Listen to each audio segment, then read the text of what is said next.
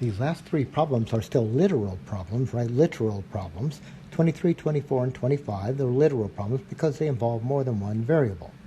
So let's start here with 23 and see what it is we're supposed to do.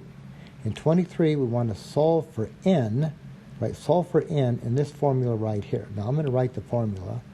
S equals 2n plus 2w.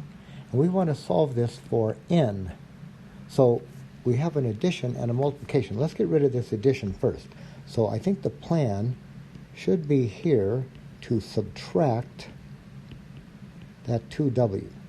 So if I subtract that on both sides, I'm going to get s and then subtract the 2w. That's equal to 2n. And then the 2w minus 2w, of course, that's 0. That's gone. And now we can solve for n if we eliminate the 2. The 2 is associated with the n by multiplication. So let's undo the multiplication with a division. So we're going to divide by 2. Now there's two ways we can do this. We can divide the entire side by 2. That would look like this. So we'll get, we divide the entire side by 2, it'll look like this. S minus 2w over 2, that's equal to n. Or, now both these are the same, or we can divide each individual term by 2. Now if I divide each individual term by 2, it will look like this. I'll get the s over 2 minus, and then we'll get the 2w over 2, and that's equal to, and then if we divide this by 2, of course the 2's cancel, and we're just left with n. That was the point. But now if I do it this way, I can see that these 2's are going to cancel. So what I end up with here is n is equal to s over 2 minus w, whereas over here on the left I get n equals s minus 2w all over 2. Now they're both, they look different, but they'll give you the same result when you start computing. I want to solve for x in problem number 24. So I want to solve for x. I just need to do two things. I need to eliminate the b and the 3. Now the b is associated with the x by addition, so let's subtract b. So the plan here is to subtract b. So we'll get y minus b, right? Y subtract the b equals 3x. And then b minus b, the b is, that's 0, that's gone. And then I'm solving for x, so I just need to eliminate the 3. So let's divide by 3. So again, we can do this two ways. We can divide the entire side by b, getting y minus b over 3 equals x, or we can divide each individual term by 3. That would look like this.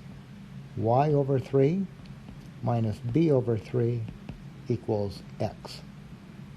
This is probably the better form since nothing over here is going to cancel. And then I've got two fractions with the same denominator. So I think we're probably better off with this one in this case. Let's try to solve this equation here for y. So the first thing to do is let's subtract this 3x, right? So I'm going to subtract 3x. I'll say what I'm going to do. I'm going to subtract the 3x. So we'll get this now. We'll get negative 7y equals negative 3x plus 20.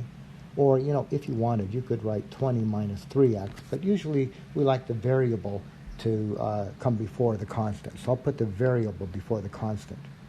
Now I'm going to divide by 7. Now, again, I could do this two ways.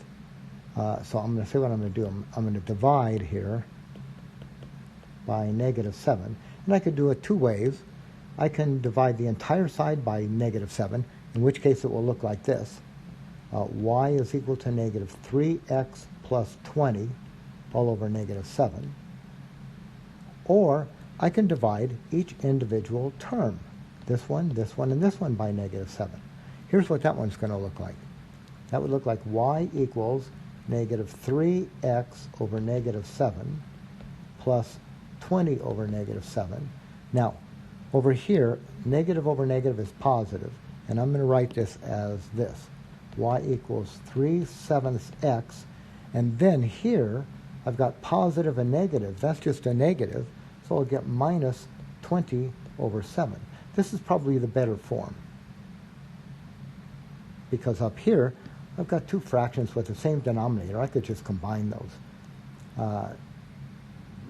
getting me back here. But this is a good form, as we'll see later when we start graphing linear equations.